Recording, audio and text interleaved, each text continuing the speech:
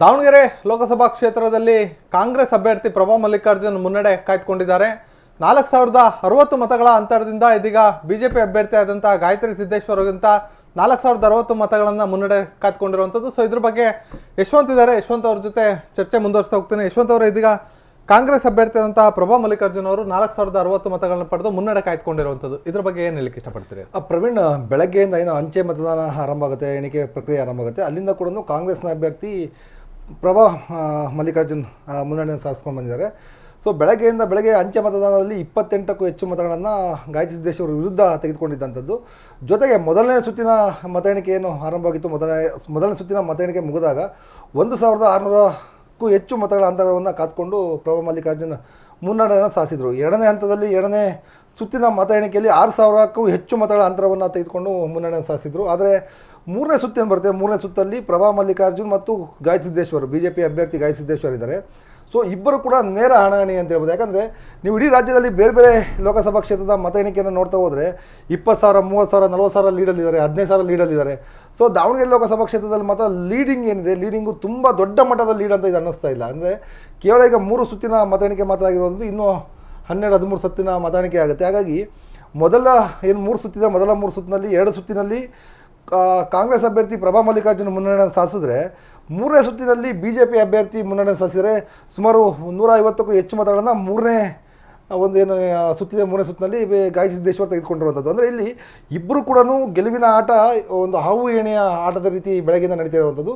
ಇಬ್ಬರು ಕೂಡ ಗೆಲುವು ಅನ್ನೋದು ಅಷ್ಟು ಸುಲಭದ ಗೆಲುವಲ್ಲ. ಅಂದರೆ ಈಗ ತುಂಬ ಕಡೆ ಮೊದಲನೇ ಸುತ್ತು ಅಥವಾ ಎರಡನೇ ಸುತ್ತಿನಲ್ಲೇ 20,000, 30,000 ಲೀಡಲ್ಲಿ ಹೋಗ್ತಿರುವಂಥದ್ದು. ಆದರೆ ದಾವಣಗೆರೆ ಲೋಕಸಭಾ ಕ್ಷೇತ್ರದ ವಿಶೇಷ ಏನು ಅಂದರೆ, ಇಬ್ಬರು ಕೂಡ ಮೂರನೇ ಸುತ್ತಿನ ಮತ ಎಣಿಕೆ ಪ್ರಾರಂಭ ಆದರೂ ಕೂಡ ನೆಕ್ ಟು ನೆಕ್ ಫೈಟ್ ಅಂತ ಏನಿರ್ತೀವಿ, ಆ ನೆಕ್ ಟು ನೆಕ್ ಫೈಟು ಏರ್ಪಟ್ಟಿದೆ ಪ್ರವೀಣ್ ಇಲ್ಲಿ. ಸೊ ಒಟ್ಟು 19 ಸುತ್ತುಗಳಲ್ಲಿ ಮತ ಎಣಿಕೆ ನಡೆಯುವಂಥದ್ದು. ಅದರಲ್ಲಿ ಮೂರನೇ ಸುತ್ತಾಗಿರುವಂಥದ್ದು, ಇನ್ನು 16 ಸುತ್ತುಗಳು ಬಾಕಿ ಇರುವಂಥದ್ದು. ಜೊತೆಗೆ ಒಂದ್ ಕಡೆ ಎಲ್ಲೋ ವಿನಯ್ ಕುಮಾರ್ ಅವರ ಸ್ಪರ್ಧೆ ಇದಕ್ಕೇನಾದ್ರು ಯಾವ ಎಣೆ ಆಟ ಅಫ್ಕೋರ್ಸ್ ವಿನಯ್ ಕುಮಾರ್ ಬಗ್ಗೆ ದಾವಣಗೆರೆ ಲೋಕಸಭಾ ಕ್ಷೇತ್ರದಲ್ಲಿ ಸ್ವತಃ BJP ಮತ್ತು ಕಾಂಗ್ರೆಸ್ ಅಭ್ಯರ್ಥಿಗಳ ಜೊತೆಗೆ ಮತದಾರರು ಎಲ್ಲ ಒಂದು ಕಡೆ ನಿರೀಕ್ಷೆ ಇತ್ತು, ವಿನಯ್ ಕುಮಾರ್ ಎಷ್ಟು ಓಟ್ಗಳನ್ನು ತೆಗೆದುಕೊಳ್ತಾರೆ ಅಂತ. ಅಂದರೆ ವಿನಯ್ ಕುಮಾರ್ ತೆಗೆದುಕೊಳ್ಳುವ ಓಟ್ಗಳ ಮೇಲೆ ಯಾರ ಗೆಲ್ಲುವಂತ ನಿರ್ಧಾರ ಮಾಡ್ತೀವಿ ಅಂತಂದೇಳಿ ಜನ ಕೂಡ ಮಾತಾಡ್ತಾ ಇದ್ರು. ಜೊತೆಗೆ ಪಕ್ಷಗಳು ಕೂಡ ಒಂದು ವಿನಯ್ ಕುಮಾರ್ ಎಷ್ಟು ಓಟ್ಗಳನ್ನು ತೆಗೆದುಕೊಳ್ತಾರೆ ಅಂತ ಇತ್ತು. ಸೊ ವಿನಯ್ ಕುಮಾರ್ ಮೊದಲ 2 ಸುತ್ತಿನಲ್ಲಿ ಕೇವಲ 1111 ಮತಗಳನ್ನು ತೆಗೆದುಕೊಂಡಿದ್ರು. ಮತ್ತು ಮೂರನೇ ಸುತ್ತಿಗೆ ಬರುವಷ್ಟೊತ್ತಿಗೆ ಅವರ ಮತಗಳು ತೆಗೆದುಕೊಂಡಂಥ ಮತ 3,340, 3,350 ಆ ಮಟ್ಟಕ್ಕೆ, ಅಂದರೆ 4,000 ಓಟ್ಗಳನ್ನ ತೆಗೆದುಕೊಂಡಿದ್ರು. ಓವರಾಲ್ ಎರಡನೇ ಸುತ್ತಿಗೆ ಒಟ್ಟು ಮತ ಎಣಿಕೆ ಆಗಿದ್ದು 68,000 ಮತ ಎಣಿಕೆ.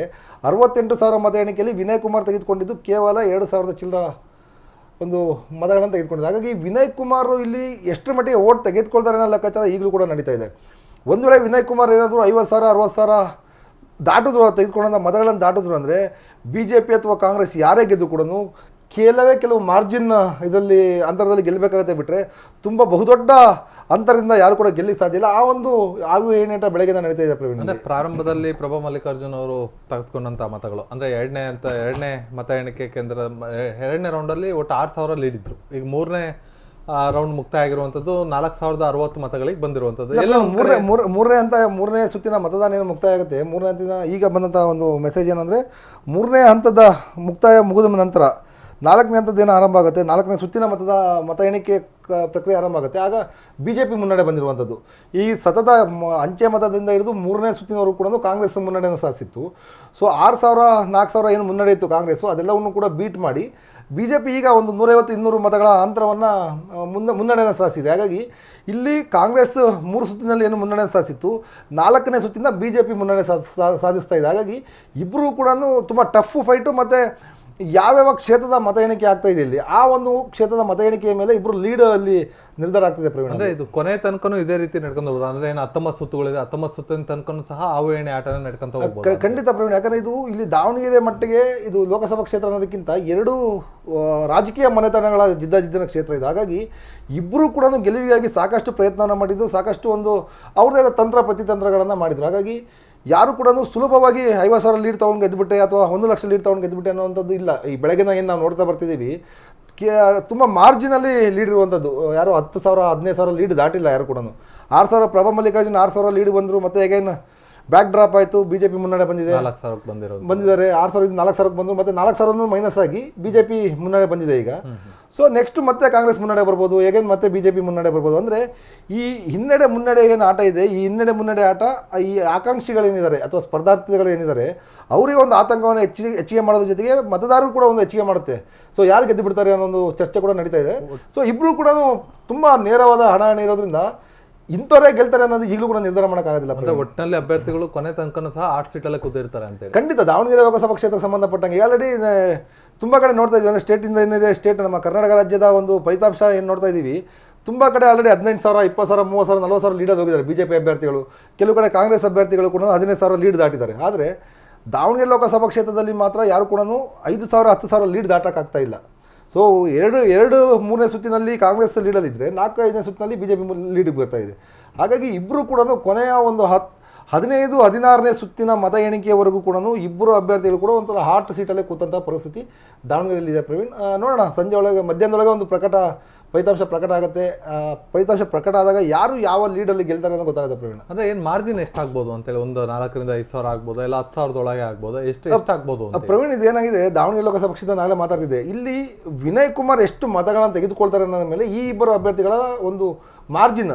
ಇನ್ಫ್ಯಾಕ್ಟ್ ವಿನಯ್ ಕುಮಾರ್ ಗೆದ್ದು ಬಿಡ್ತಾರೆ ಅಂತಲ್ಲ, ಆದರೆ ವಿನಯ್ ಕುಮಾರ್ ಈ ಒಂದು ಪ್ರಯತ್ನ ಏನು ಮಾಡಿದ್ರು, ವಿನಯ್ ಕುಮಾರ್ ಪ್ರಯತ್ನದಿಂದ ಅವರು 50,000 ಓಟ್ ತೆಗೆದುಕೊಳ್ತಾರೋ ಅಥವಾ 1 ಲಕ್ಷ ಓಟ್ ತೆಗೆದುಕೊಳ್ತಾರೋ ಅದ್ರ ಮೇಲೆ ಡಿಪೆಂಡ್ ಆಗ್ತಾ ಹೋಗುತ್ತೆ. ಇವರು ಒಂದು ವೇಳೆ ವಿನಯ್ ಕುಮಾರ್ 20 ಅಥವಾ 25,000ಕ್ಕೂ ಒಳಗಡೆ ಓಟ್ ತೆಗೆದುಕೊಂಡಿದ್ದಾದರೆ ಅಲ್ಲಿ ಒಂದು 15ರಿಂದ 20,000 ಲೀಡಲ್ಲಿ ಗೆಲ್ಲಿಕ್ಕೆ ಅವಕಾಶ ಇದೆ ಇಬ್ಬರಲ್ಲೂ ಕೂಡ.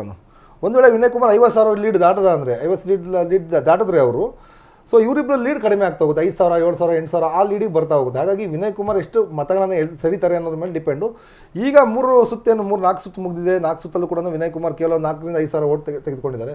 ಸೊ ಪ್ರತಿ ಒಂದು ಸುತ್ತಿಗೂ 1,000, 2,000 ಓಟ್ ತೆಗೆದುಕೊಳ್ತಾ ಹೋದರೆ ಅಪ್ರಾಕ್ಸಿಮೇಟ್ ಒಂದು 19,000, 20,000 ಓಟು ಲೆಕ್ಕಕ್ಕೆ ಬರೋದು. 19 ಸುತ್ತು ಅಂತ ನೀವು ಹೇಳಿದ್ರಿ, 19 ಸುತ್ತು, ಪ್ರತಿ ಸುತ್ತಲೂ 1,000, 1,500 ಓಟ್ ತೆಗೆದುಕೊಳ್ತಾ ಹೋದರೆ ಅಪ್ರಾಕ್ಸಿಮೇಟ್ ಒಂದು 25ರಿಂದ 30,000 ಓಟಿಗೆ ಬರ್ತಾರೆ. ಅಂಥ ಸಂದರ್ಭ ಬಂದಾಗ ಲೀಡ್ ಇಬ್ಬರು BJP ಅಥವಾ ಕಾಂಗ್ರೆಸ್ ಯಾರೇ ಗೆದ್ದು ಕೂಡ ತುಂಬ ಲೀಡ್ ಮಾರ್ಜಿನ್ ಕಡಿಮೆ ಆಗುತ್ತೆ. ಪ್ರವೀಣ್, ಇದು ಅಂದರೆ ಇದು ವಿನಯ್ ಕುಮಾರ್ದು ಕೆಲವು ಕ್ಷೇತ್ರಗಳಲ್ಲಿ ವಿನಯ್ ಕುಮಾರ್ದು ಚೆನ್ನಾಗಿತ್ತು ಆರಂಭದಿಂದ ಸಹ. ಉದಾಹರಣೆ ಹೊನ್ನಾಳಿ ಇರ್ಬೋದು, ಈ ಕಡೆ ಜಗಳೂರು ಇರ್ಬೋದು, ಚನ್ನಗಿರಿ ಇರ್ಬೋದು, ಇವೆಲ್ಲ ಭಾಗದಲ್ಲೂ ಸಹ ವಿನಯ್ ಕುಮಾರ್ದು ಇನ್ನು ಆ ಭಾಗದ ಇನ್ನು ಕೆಲವು ಕಡೆ ಕೆಲವು ಬೂತ್ಗಳು ಇನ್ನೂ ಓಪನ್ ಆಗಬೇಕಾಗಿರುವಂಥದ್ದು. ಅಲ್ಲೇನಾದ್ರು ವಿನಯ್ ಕುಮಾರ್ ಜಾಸ್ತಿ ಆದರೆ ಇಲ್ಲಿ ಟಫ್ ಫೈಟ್ ಜಾಸ್ತಿ ಆಗ್ಬೋದು. ಅಲ್ಲ, ಖಂಡಿತ ಅದನ್ನೇ ಹೇಳ್ತಿದ್ದೆ. ಏನಾಗುತ್ತೆ, ವಿನಯ್ ಕುಮಾರ್ ಆರಂಭಿಕವಾಗಿ ತುಂಬ ಕಡಿಮೆ ಮತಗಳನ್ನು ತೆಗೆದುಕೊಳ್ತಿದ್ದಾರೆ.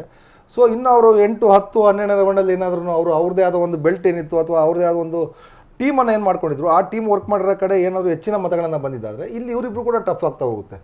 ಒಂದು ವೇಳೆ ವಿನಯ್ ಕುಮಾರ್ ಕಡಿಮೆ ಮತಗಳನ್ನು ತೆಗೆದುಕೊಂಡಿದ್ದಾದರೆ, ಸೊ ಇಲ್ಲಿ BJP ಮತ್ತು ಕಾಂಗ್ರೆಸ್ಸಿಗೆ ಯಾರೇ ಗೆದ್ದು ಕೂಡ ಲೀಡಿನ ವೇರಿಯೇಷನ್ ಆಗ್ತಾ ಹೋಗುತ್ತೆ. ವಿನಯ್ ಕುಮಾರ್ ಎಷ್ಟು ಜಾಸ್ತಿ ತೆಗೆದುಕೊಳ್ತಾರೆ, ಇಲ್ಲಿ ಲೀಡ್ನ ಪ್ರಮಾಣ ಕಡಿಮೆ ಆಗ್ತಾ ಹೋಗುತ್ತೆ.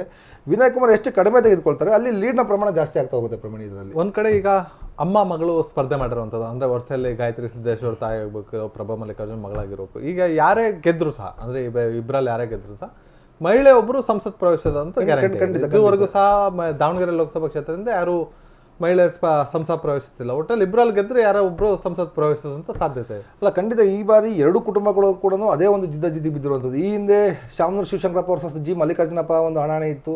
ಅವರ ನಂತರ SS ಮಲ್ಲಿಕಾರ್ಜುನ GM ಸಿದ್ದೇಶ್ವರ ನಡುವೆ ಹಣಾಹಣಿ ಇತ್ತು. ಈ ಬಾರಿ ಮಹಿಳೆಯರ ನಡುವೆ, ಆ ಎರಡೂ ಮನೆತನದ ಪ್ರತಿಷ್ಠಿತ ಮನೆತನದ ಮಹಿಳೆಯರ ನಡುವೆ ಒಂದು ಜಿದ್ದಿ ಬಿದ್ದಿದೆ. ಹಾಗಾಗಿ ಎರಡು ಕುಟುಂಬಗಳನ್ನು ಗೆಲುವು ಅನ್ನುವಂಥದ್ದು ಅಷ್ಟೇ ಮುಖ್ಯ ಆಗಿದೆ ಇಲ್ಲಿ. ಯಾಕಂದರೆ ಅವರ ಮನೆತನದ ಹೆಣ್ಣು ಮಕ್ಕಳನ್ನು ಚುನಾವಣೆ ನಿಲ್ಲಿಸಿರುವಂಥದ್ದು. ಈ ಗಂಡು ಮಕ್ಕಳು ಚುನಾವಣೆ ನಿಂತಾಗ ಏನಾಗುತ್ತೆ ಅಂದರೆ ಸೋಲು ಗೆಲುವು ಸಹಜ ಇರುತ್ತೆ. ಅದು ಏನೋ ಒಂದು ಏನೇ ರಿಸಲ್ಟ್ ಬಂದು ಕೂಡ ತುಂಬ ಈಸಿಯಾಗಿ ಅಕ್ಸೆಪ್ಟ್ ಮಾಡ್ತಾರೆ. ಆದರೆ ಈ ಮನೆತನದ ಮಹಿಳೆಯರು ಚುನಾವಣೆ ನಿಂತಿರೋ ಕಾರಣದಿಂದ ಎರಡೂ ಮನೆತನದವರು ಕೂಡ ಗೆಲ್ಲೇಬೇಕು ಅನ್ನೋ ಒಂದು ಪ್ರಯತ್ನವನ್ನು ಮಾಡ್ತಿದ್ದಾರೆ. ಹಾಗಾಗಿ ಇಲ್ಲಿ ಯಾರೇ ಗೆದ್ದರೂ ಕೂಡ ಸಂಸತ್ತಿಗೆ ಪ್ರವೇಶನ ಮಾಡ್ತಾರೆ. ಒಂದು ವೇಳೆ GM ಸಿದ್ದೇಶ್ವರರ ಪತ್ನಿ ಗಾಯತ್ರಿ ಸಿದ್ದೇಶ್ವರ ಅವರು ಗೆದ್ದಿದ್ದಾದರೆ ಈ ಬಾರಿ 7ನೇ ಬಾರಿಗೆ ಅಧಿಕಾರವನ್ನು ತೆಗೆದುಕೊಂಡಂಗೆ ಆಗುತ್ತೆ. ಒಂದು ವೇಳೆ ಪ್ರಭಾ ಮಲ್ಲಿಕಾರ್ಜುನ್ ಏನಾದರೂ ಕೊನೆಕ್ಷಣದಲ್ಲಿ ಅವರು ಗೆದ್ದಿದ್ದಾದರೆ ಈ ಬಾರಿ ಮೊದಲ ಬಾರಿಗೆ ಶಾಮನೂರು ಶಿವಶಂಕರಪ್ಪನ ಸೊಸೆ ಗೆಲುವನ್ನು ಸಾಧಿಸುವ ಮೂಲಕ ಅವರ ಮಾವನ ನಂತರ ಪ್ರಭಾ ಮಲ್ಲಿಕಾರ್ಜುನ್ ಗೆಲುವನ್ನು ಸಾಧಿಸಂತಾಗುತ್ತೆ. ಪ್ರವೀಣ್.